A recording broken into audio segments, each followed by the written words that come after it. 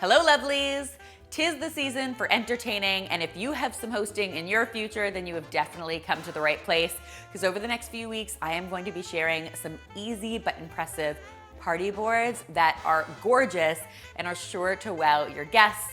Today, for all the carnivores in your life, we are making a traditional charcuterie board inspired by all of the beautiful festive colors of the holidays like green, red, and white. If you missed my brunch board in the last episode, I definitely recommend you check it out after watching this yummy video. It was super delicious. We also have a gorgeous vegan board coming, as well as a show-stopping chocolate dessert board that you have to see to believe. But without further ado, let's get to building our traditional charcuterie board. Of course, what I love about making boards like this is that there is very little cooking involved, and the secret to making them look really, really special is all about abundance. So you wanna make sure you're piling your ingredients high and you have a really gorgeous variety of ingredients going onto your board. As I said, my inspiration for this board were the festive colors of the holidays. So of course, I tried to opt for foods that were red and green and white, and I think when this all comes together, it looks super seasonal.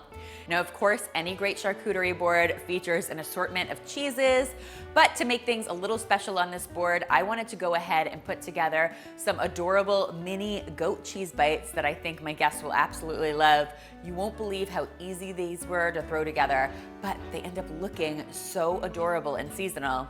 To make these flavorful little bites actually couldn't be simpler. You're just combining some goat cheese with some cream cheese and some finely chopped toasted pecans. I'm just going to use a spoon or a fork to sort of work these together. Once that mixture is all mixed up, you can transfer it to the fridge or the freezer. You want it to be really, really cold when you go to roll it into balls. That way it won't stick and get really mushy. While our cheese mixture is chilling away, we can mix up our exterior shell, which is comprised of some finely chopped pecans, some cranberries, and some parsley. As you can see, it already looks like Christmas in my bowl.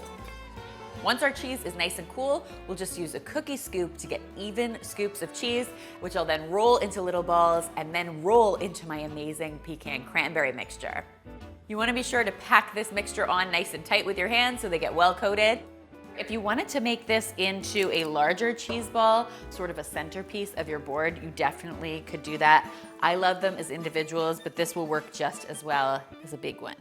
You know you're winning in the kitchen when your food looks as good as it tastes. Next, to get a little green on the board, I'm putting out a bowl of cornichons or baby pickles, as well as some green olives. And then I'm going to layer in even more cheese, which I of course love. Now I am using some blue cheese on this board. As a host, I think it's always important to remember that some people really can't stand blue cheese. So if you're putting it on a board like this, I always recommend moving it to one corner so that people have a choice to sort of eat around it if they're not big fans. As a pregnant woman, I'm not actually allowed to eat blue cheese, so I'm going to leave that for my guests.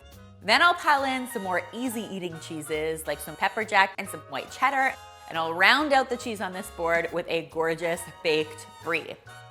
Nothing completes a cheese board quite like a baked brie. I'm gonna start, of course, by getting my brie into the oven at 375 degrees for about 10 minutes. You just wanna get it nice and ooey gooey and hot and soft. I'm leaving the top rind intact. Some people prefer to remove it during the baking process, but I find if you're putting heavy toppings on it, they tend to sink into your cheese. So to prevent that, I'm gonna leave the rind intact and just get this into the oven. Now, as you probably already know, there are a million great ways to top a baked brie. In this case, because I want to stick with my gorgeous color theme, I am using some roasted red peppers, which are nice and smoky and sweet, as well as some red pepper jelly.